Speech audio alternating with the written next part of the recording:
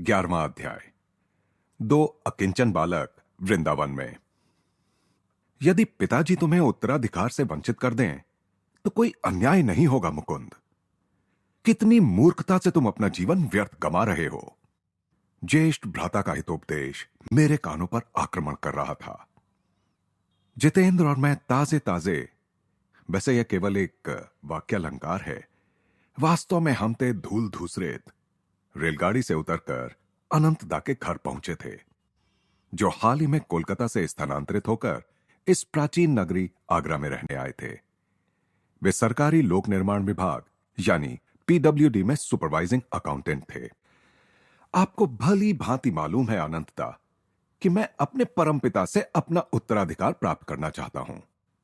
पहले पैसा, फिर भगवान। कौन जाने जीवन अत्यधिक लंबा भी हो सकता है। पहले भगवान, लक्ष्मी तो उनके अधीन है। कौन कह सकता है जीवन अत्यधिक छोटा भी हो सकता है। मेरा यह जवाब केवल प्रसंगानुरूप दिया गया प्रत्युत्तर था। इसमें किसी पूर्वाभास का कोई संकेत नहीं था।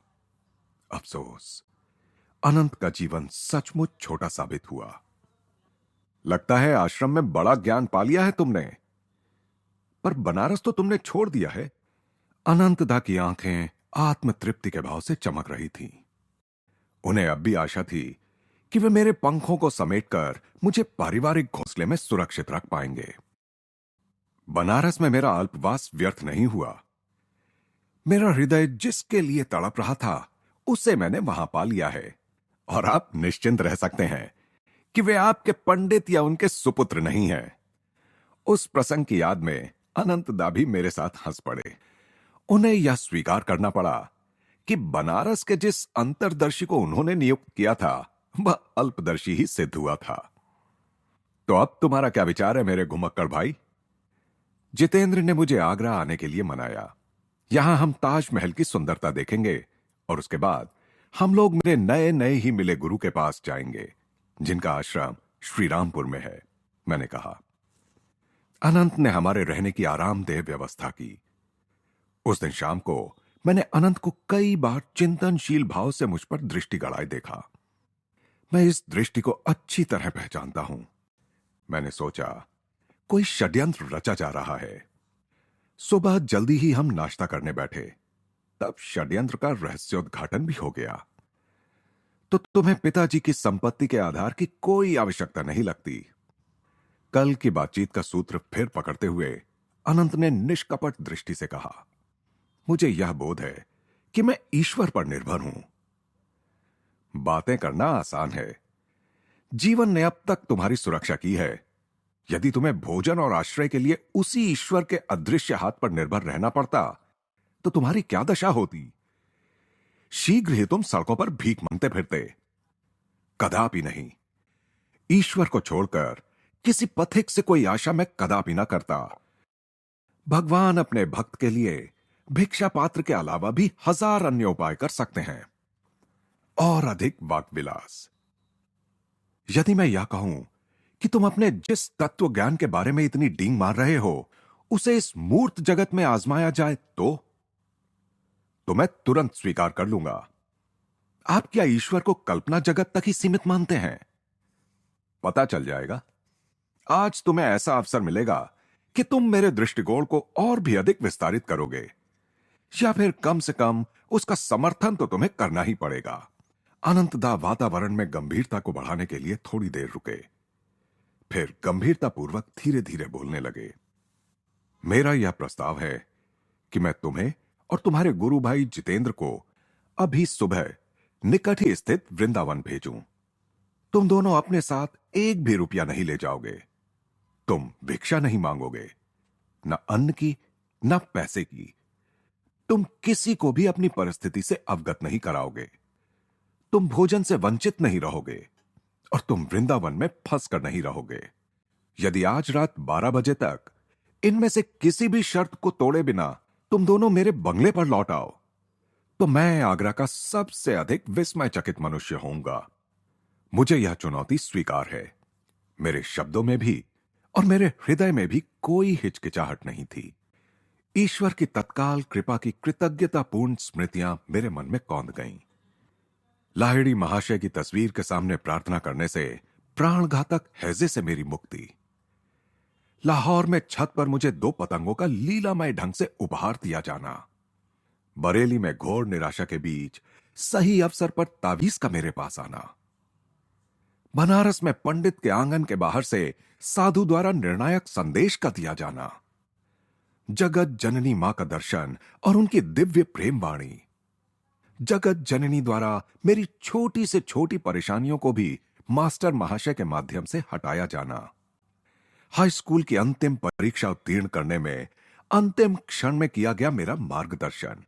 और सर्वोच्च वरदान, मेरे जीवन भर के सपनों की धुंध से प्रकट हुए मेरे जीते जागते गुरुदेव।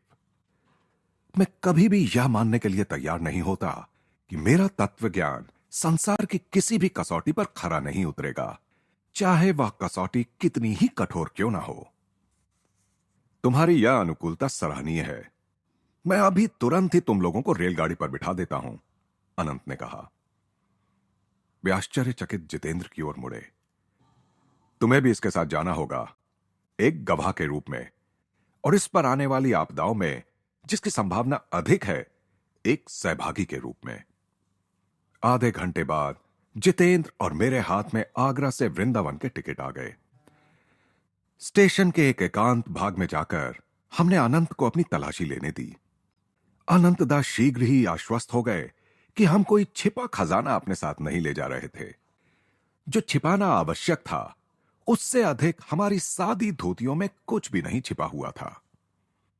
जैसे ही विश्वास ने वित्त प्रबंध के महत्वपूर्ण क्षेत्र पर आक्रमण किया, तो मेरे मित्र ने विचलित स्वर में कहा, अनंतदा, आप सुरक्षा की दृष्टि से मुझे 1-2 रुपए देकर रखिए, तब मैं किसी संकट की घड़ी में आपको तार दे सकूंगा।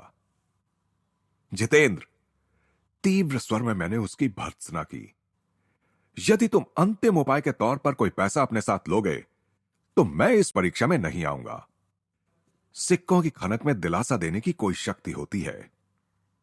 मेरी कठोर दृष्टि को देखते हुए जितेंद्र इससे अधिक कुछ नहीं बोला। मुकुंद, मैं निष्ठुर नहीं हूं। कोमलता की हल्की सी झलक अनंत के स्वर में आ गई थी। संभव है कि उनका अंतःकरण उन्हें धिक्कार रहा था।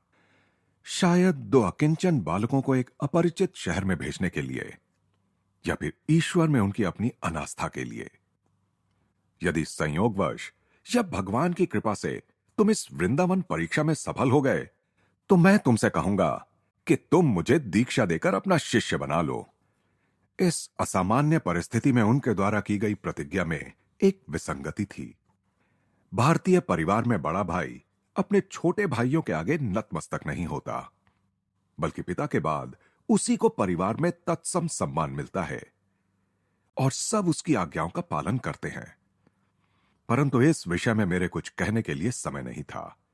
हमारी गाड़ी छूटने वाली थी। गाड़ी दौड़ती जा रही थी और जितेंद्र उदास होकर खामोश बैठा था। आखिर हरकत में आते हुए वह मेरी ओर झुका और एक नाजुक स्थान पर पीड़ाजनक चुटकी काटते हुए बोला, मुझे तो कोई लक्षण दिखाई नहीं दे रहे कि भगवान हमारे अगले भोजन की कोई व्यवस्था करने वाले हैं। चुप रहो संशयात्मा, भगवान हमारे साथ हैं और हमारी सारी व्यवस्था कर रहे हैं। क्या तुम उनसे जरा जल्दी कराने की भी व्यवस्था कर सकते हो? अपने आगे की परिस्थिति के विचार से ही मैं भूख से अधमरा हुआ जा रहा हूं। मैं बनारस से ताजमहल देखने के लिए चला था, अपने मकबरे में प्रवेश करने के लिए नहीं। अब खुश हो जाओ जितेंद्र, हम आज वृंदावन के पवित्र स्थानों का पहली बार दर्शन करने जा रहे हैं ना।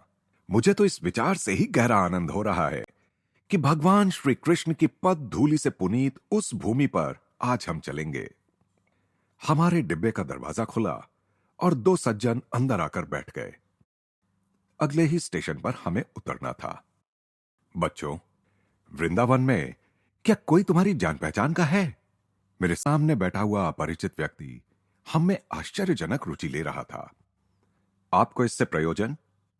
बेरुखेपन से मैंने अपनी दृष्टि घुमा ली। शायद तुम लोग चित्तचोर के सम्मोहन में अपने परिवारों से भागे जा रहे हो। मैं स्वयं भक्ति प्रधान प्रकृति का मनुष्य हूं। मैं इसे अपना कर्तव्य मानता हूं कि इस असह्य गर्मी में मैं तुम लोगों के रहने खाने की व्यवस्था करूं। नहीं महोदय, हमें अकेला छोड़ दीजिए। यह आपकी बड़ी कृपा है, परंतु हमें घर से भागे हुए समझने में आप भूल कर रहे हैं। इसके आगे कोई वार्तालाप नहीं हुआ। गाड़ी स्टेशन पर पहुंचकर रुक चुकी थी। जितेंद्र और मैं प्लेटफॉर्म पर उतरे तो हमारे संयोग से सहयात्री बने सज्जनों ने हमारे हाथ थामकर एक घोड़ा गाड़ी को बुलाया। हम एक भव्य वैभवशाली आश्रम के सामने उतरे, जिसके चारों ओर सुंदर उद्यान था और सदाबहार वृक्ष थे। हमें ले आने वाले सज्जन स्पष्टतया यहां भली भांति परिचित थे।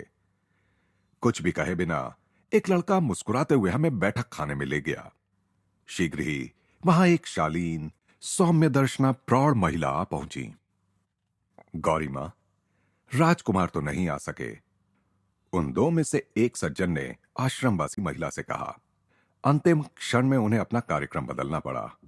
इसके लिए उन्होंने खेद व्यक्त किया है, परंतु हम दूसरे दो अतिथियों को ले आए हैं। जैसे ही गाड़ी में हमारी मुलाकात हुई, मैं इनकी ओर खिंच गया। मुझे ये कृष्ण भक्त प्रतीत हुए। अच्छा बच्चों, हम चलते हैं। भगवान ने चाहा तो फिर मुलाकात होगी, दोनों सज्जनों ने दरवाजे की ओर जाते हुए कहा। यहां तुम दोनों का स्वागत है। गौरी मां ममतामयी ढंग से मुस्कुराईं। तुम्हारे आगमन का आज से अधिक अच्छा दिन दूसरा कोई ना होता। आज इस आश्रम के दो आश्रयदाता राजकुमार यहां आने वाले थे। कितने खेद की बात होती यदि मेरे बनाए पकवानों को सराहने वाला कोई ना होता। इन मधुर शब्दों का जितेंद्र पर आश्चर्यजनक प्रभाव पड़ा। उसकी आंखों से अश्रुधाराएं बहने लगीं। वृंदावन में जिस आगे की परिस्थिति का उसे भय था, वह तो राजसी सत्कार में बदल रही थी। आकस्मिक रूप से इतने बड़े परिवर्तन के साथ अपने मन का मेल बिठाना उसकी क्षमता से बाहर हो रहा था। गौरी मां ने कौतूहल से उसकी ओर देखा, पर कहा कुछ नहीं। शायद वे किशोर प्रवृत्तियों से परिचित थीं। भोजन का बुलावा आ गया। गौरी मां हमें एक बरामदे में ले गईं, जहां भोजन किया जाता था। वह बरामदा नाना प्रकार के व्यंजनों की सुगंध से महक रहा था। फिर वे साथ ही में लगे रसोई घर में चली गईं। मैं इस क्षण के बारे में पहले से ही विचार कर रहा था। जितेंद्र के शरीर पर योग्य स्थान चुनकर मैंने उसे वहां उतनी ही जोर से पीड़ाजनक चुटकी काटी जितनी जोर से उसने गाड़ी में मुझे काटी थी। संशयात्मा, भगवान व्यवस्था करते हैं, जल्दी से भी। गौरी मां एक पंखा लेकर लौट आईं। हम अलंकृत ऊनी आसनों पर बैठे थे और वे हमें भारतीय पद्धति के अनुसार पंखा झलती रहीं। आश्रमवासी शिष्य कुछ 30 व्यंजनों को परोसते आ जा रहे थे। उसे भोजन कहने से राजसी भोज कहना अधिक युक्तिसंगत होगा। इस धरातल पर जन्म लेने से लेकर अब तक न जितेंद्र ने और न मैंने कभी ऐसे व्यंजन चखे थे। ये व्यंजन तो सचमुच राजकुमारों के ही योग्य हैं, पूज्य माता जी। आपके राजसी आश्रयदाताओं को इतने स्वादिष्ट भोजन से अधिक क्या महत्वपूर्ण लगा, मैं कल्पना ही नहीं कर सकता। आपने हमें जीवन भर के लिए एक स्मृति प्रदान कर दी है। अनंत की शर्त से मुंह बंद किए जाने के कारण हम उस करुणामयी भद्र नारी से यह भी नहीं कह सकते थे कि हमारे धन्यवाद का दोहरा महत्व था। कम से कम हमारे हृदय की सच्चाई उन उद्गारों में सुस्पष्ट थी। हम उनके आशीर्वाद और आश्रम में पुनः आने के निमंत्रण के साथ वहां से चल पड़े। बाहर धधकती धूप थी। जितेंद्र और मैं आश्रम के फाटक के पास स्थित एक विशाल कदम्ब वृक्ष की छाया में जाकर खड़े हो गए। वहां पहुंचते ही जितेंद्र के मुंह से तीव्र शब्द बाण चलने लगे। वह फिर एक बार शंका व्यथित हो उठा था। तुमने तो आज मुझे अच्छी मुसीबत में फंसा दिया। हमारा यह भोजन तो केवल एक संयोग था। हम दोनों के पास एक भी पैसा तो है नहीं। इस शहर का दृश्यावलोकन कैसे करेंगे? और सबसे बड़ी बात तो यह है कि बिना पैसे के तुम मुझे अनंत के घर तक वापस कैसे ले जाने वाले हो? तुम भगवान को जल्दी ही भूल जाते हो। अब तुम्हारा पेट जो भर गया है।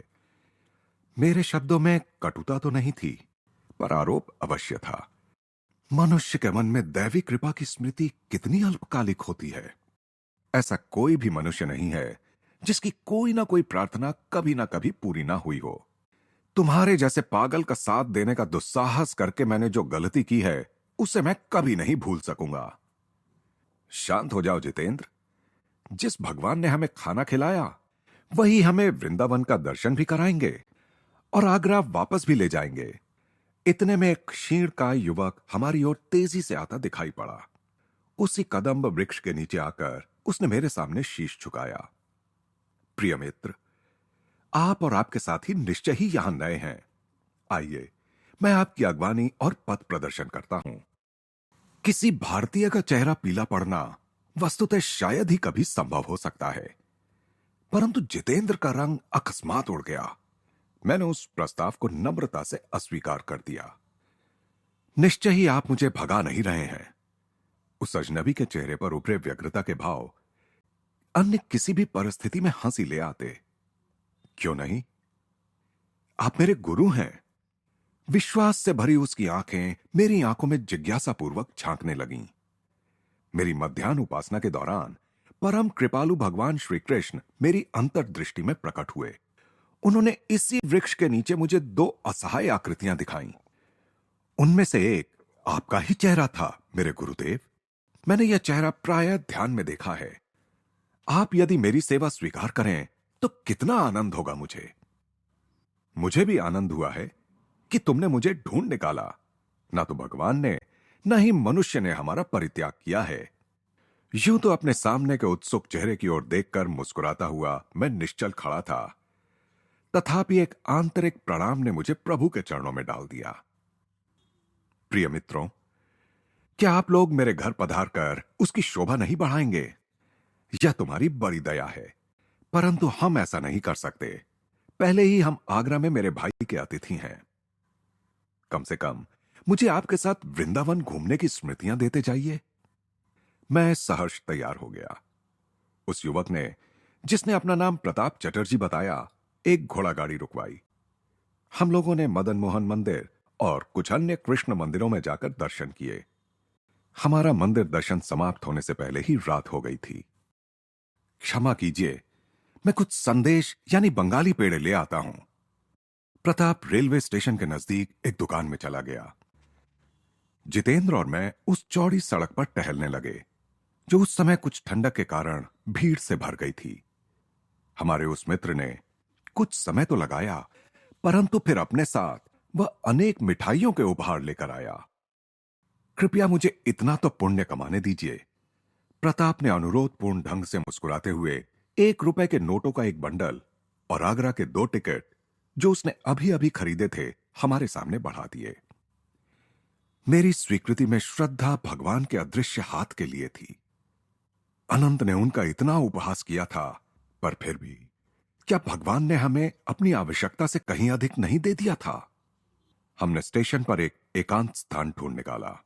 प्रताप, अब मैं तुम्हें आधुनिक युग के सबसे महान योगी लाहिड़ी महाशय के क्रिया योग में दीक्षित करूंगा। उनकी यह साधना प्रविधि ही अब तुम्हारी गुरु होगी। आधे घंटे में दीक्षा समाप्त हुई। क्रिया अब तुम्हारी चिंतामणि है।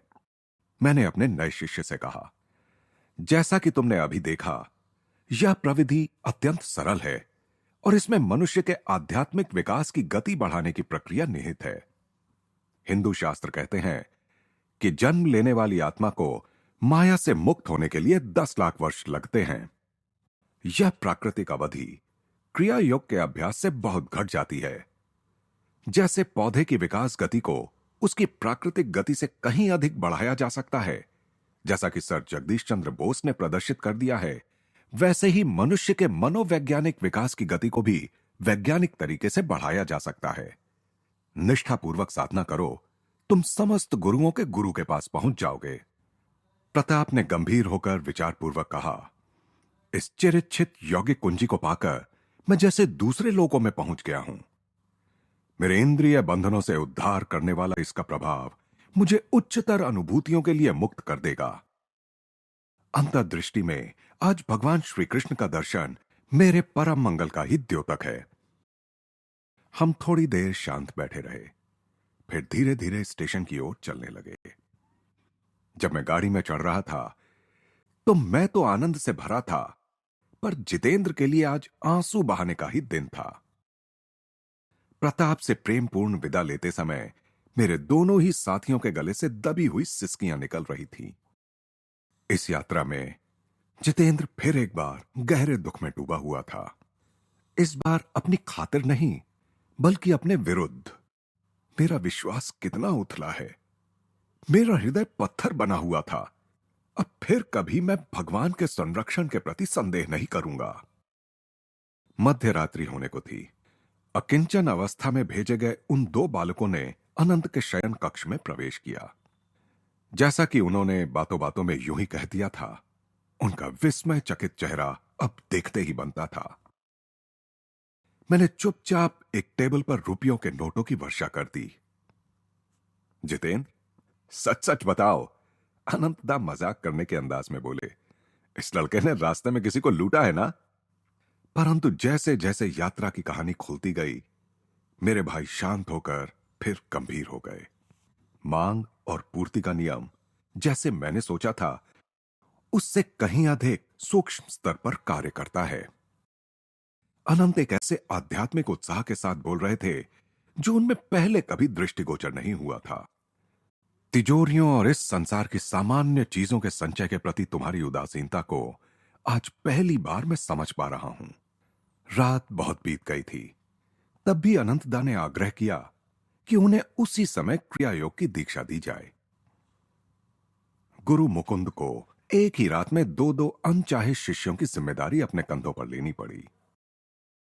दूसरे दिन प्रातःकाल का जलपान एक ऐसे मधुर और मिलनसार वातावरण में संपन्न हुआ जिसका पहले दिन नितांत अभाव था। मैं जितेंद्र की ओर देखकर मुस्कुराया। तुम ताजमहल देखने से वंचित नहीं रहोगे। श्रीरामपुर के लिए निकलने से पहले हम उसे देखने चलते हैं। अनंतदा से विदा लेकर मेरा मित्र और मैं शीघ्र ही आगरा के गौरव ताजमहल के सामने पहुंचे। सूर्य के किरणों में चमकते श्वेत संगमरमर से बना ताजमहल शुद्ध अनुपात संगति का मूर्तिमान रूप है। काले घने सरू के वृक्ष, चमकदार हरियाली और प्रशांत जलाशय का दृश्यपट उसके श्रृंगार को पूर्ण कर देता है। अत्यंत बारीक नक्काशी की रत्न जड़ित जालियों से बना भीतरी भाग अति सुंदर है। भूरे तथा बैंगनी रंग के संगमरमर से बना अत्यंत नाजुक बेलबूटा अति सुंदर है। गुंबज की रोशनी शहंशाह शाहजहां और उसकी सल्तनत एवं दिल की मलिका मुमताज महल की कब्रों पर पड़ती है। अब दृश्यावलोकन बहुत हो गया। मैं अपने गुरु के पास जाने के लिए आतुर हो रहा था। शीघ्र ही जितेंद्र और मैं रेलगाड़ी से दक्षिण दिशा में बंगाल की ओर जा रहे थे। मुकुंद, मैंने कई महीनों से अपने परिवारजनों को नहीं देखा है। मैंने अपना इरादा बदल दिया है। शायद फिर कभी मैं तुम्हारे गुरु से मिलने श्रीरामपुर आऊंगा। मेरे मित्र ने, जिसे सौम्य भाषा में अस्थिर चित्त कहा जा सकता है, कोलकाता में मेरा साथ छोड़ दिया। मैं एक लोकल ट्रेन पकड़कर शीघ्र ही कोलकाता के उत्तर में 12 मील पर स्थित श्रीरामपुर पहुंच गया।